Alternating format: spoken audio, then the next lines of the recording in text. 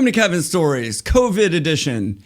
I actually had to stop the first video right after I started so I could run and play YYZ on a cowbell out my window for the essential workers. But here we are again.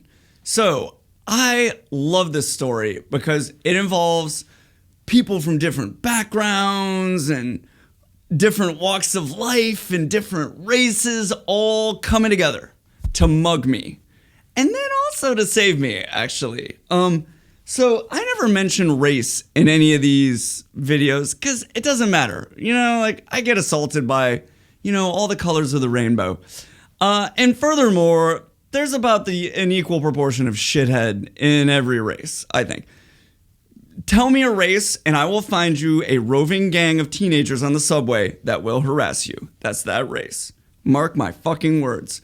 So I never mention it, but this time I'm going to, because it involves this insane coincidence. First of all, it's a hilariously multiracial mugging and saving. And it's this unbelievable coincidence of leaving a place literally called the Black and White and then getting mugged by a black guy and a white guy. It was the first interracial crew I'd ever been jumped by. And it was like literally like while it starts going down, like right before, things get bad. I'm like, good for you guys, I'm in an interracial relationship, and I swear to God, you'll see like people who are like, cool and woke and open-minded or whatever will just be like looking at you and kind of like giving you thumbs up with their eyes. I always say that really good-looking, like beautiful interracial children are like God's thumbs up for being open-minded. But like, and there's codes too, by the way, to go off subject a little bit. It's like, older people will come up and be like, you guys are such a beautiful couple. And what they're saying is, like, no, I'm one of the good guys. I know I'm old and scary looking like your grandparents who would not be down with this, but I'm not one of those people. So they just say, you guys are such a beautiful couple. So anyway, this was, the first time I ever got mugged by an interracial crew and coming out of a place called the Black and White. It's like, what the fuck are the chances of that? It's like it would only be better if I was listening to Ebony and Ivory when it happened. It was nuts. But let me rewind for a second. If you haven't watched my other videos, which you should, they're pretty dynamite, I think. I had a heroin addiction, womp womp, and when I ended up in a methadone clinic right before I went to grad school, University of Bristol, England, and right before I went to England, I got mugged. It's kind of my thing. It's like what I do. And I got my cheekbone broken. I didn't have health insurance. It's the whole thing. I made a video about it. So I refused care. I landed in England, got surgery on the Queen's dime, actually on the people's dime, to be fair. And it was great. I have nothing but positive things to say about the NHS. But being an addict meant walking out of the Bristol hospital with a mended cheek and a broken recovery. And I started running wild, only for 2 or 3 weeks, and partly just because the transition of dealing with graduate school, if you haven't been in it, is intense. I'd never had a computer and like I was doing composition where so much of it was on computers and like everyone knew how to run a DAW and I didn't anyway. So I was really stressed. I started using, and there's always like when you use, there's always like your receiver you want to go to first, right? There's always like Jerry Rice.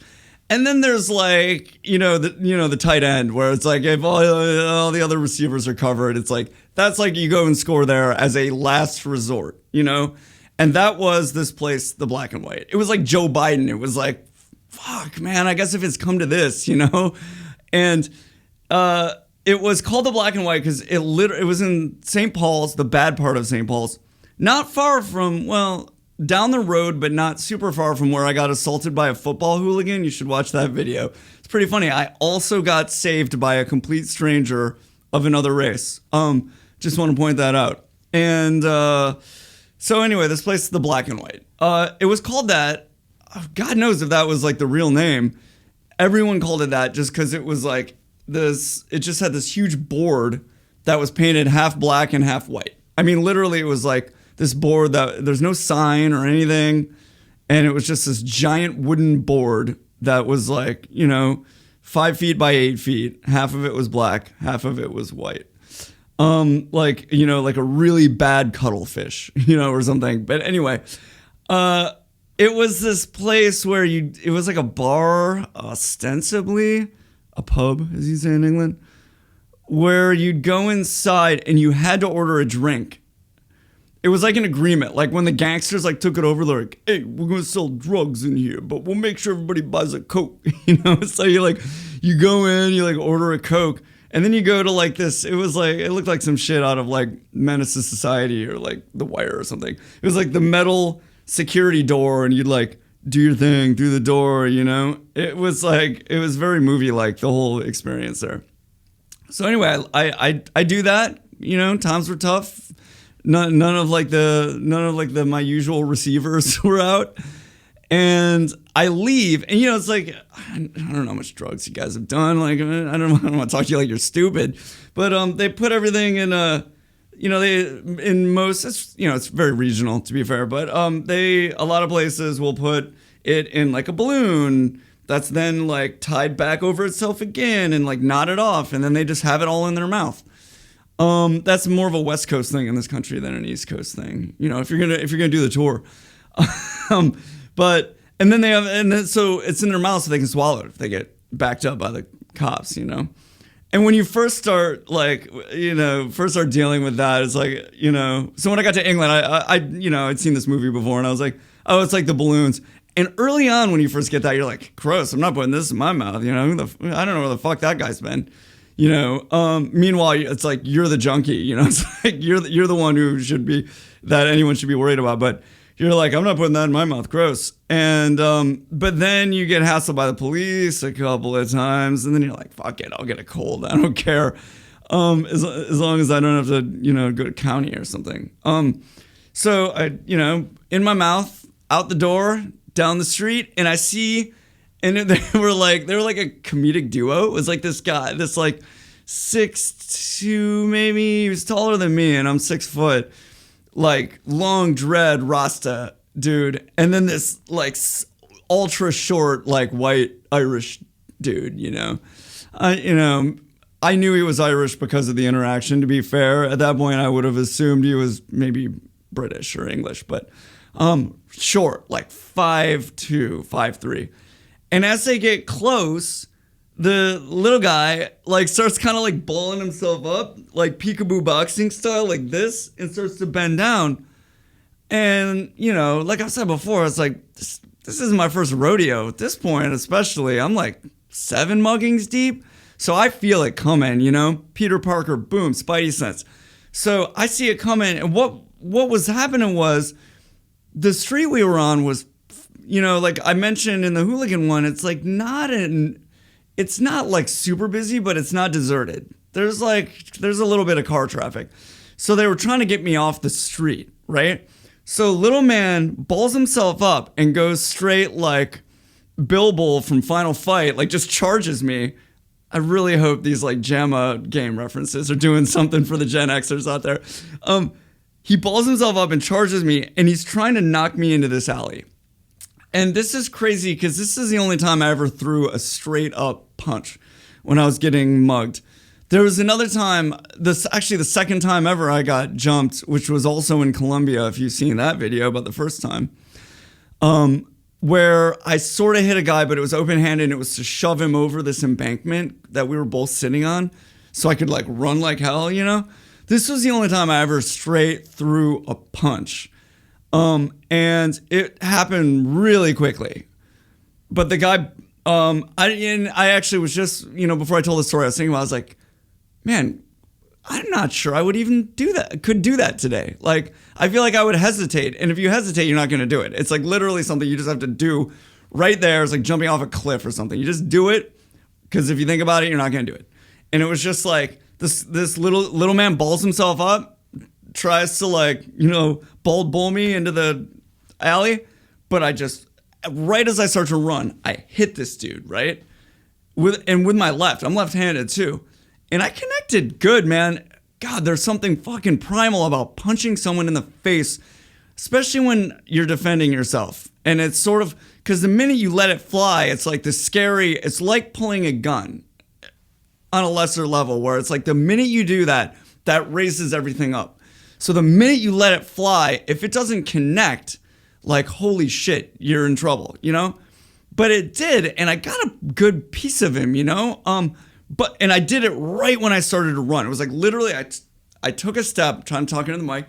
I took a step and I hit this dude and I started running. And I don't know, it was like maybe a combination of like punching, starting to run.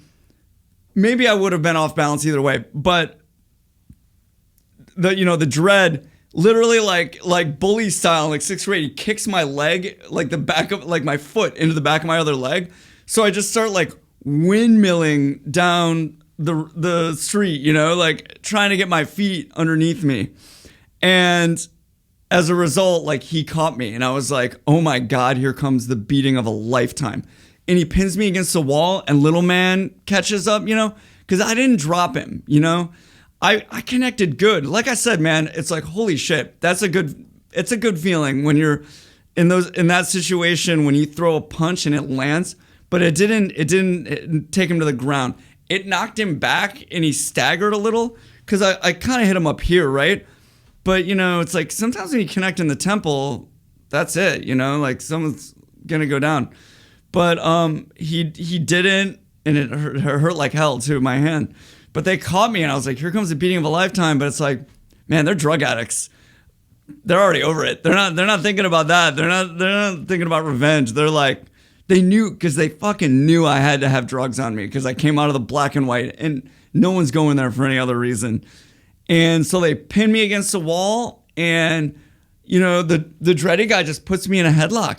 And he's just like, spit it out, you know, the British accent. I can't do it. I don't want to fake it. Spit it out, you know? And I just keep playing dumb because I know that there's a limited window of opportunity for their scheme to work. Because like I said, the street does have cars on it occasionally, you know? And I know this can't go on forever. And they're not, you know, letting them fly yet or like hitting me in the kidneys. I would have been pressure pointing me, you know? Like I would have been like in my ribs or whatever because they had me pinned against the wall. But they was just like, spit it out. And the little man took my wallet. And, you know, soon enough, that window closed. And this car was like, Arr! And this Hispanic dude jumps out, you know? And he was from Central America or South America. I can't recall. It's been years. But, you know, it's like, it's in America, it's like you see people from Central America or South America pretty frequently. You don't nearly as much over there, so that was surprising. But this guy jumps out with a fucking tire iron.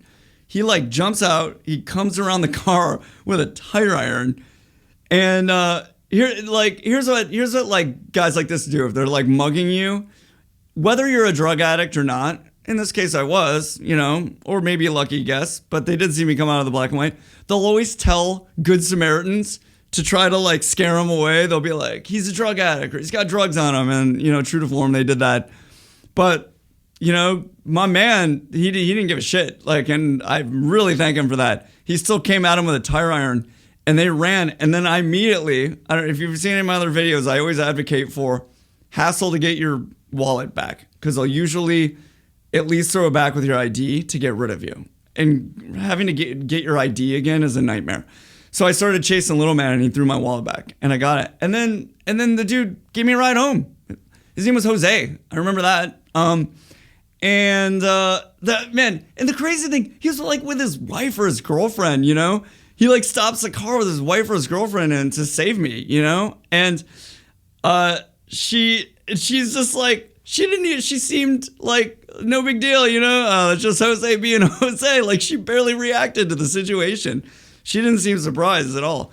And then he gave me a ride home, you know, and I felt bad because, you know, those guys were right. I was a drug addict and that guy was risking himself and his woman to save me when I was doing something I shouldn't have done. I'm not excusing this guy's behavior, but I felt guilty about that. I still do. And it bothers me that I can't thank that guy, but there it is, black and white. And then I get mugged by a black guy and a white guy. And then saved by a Hispanic guy. It's like the multicultural event of the year. Thanks for listening.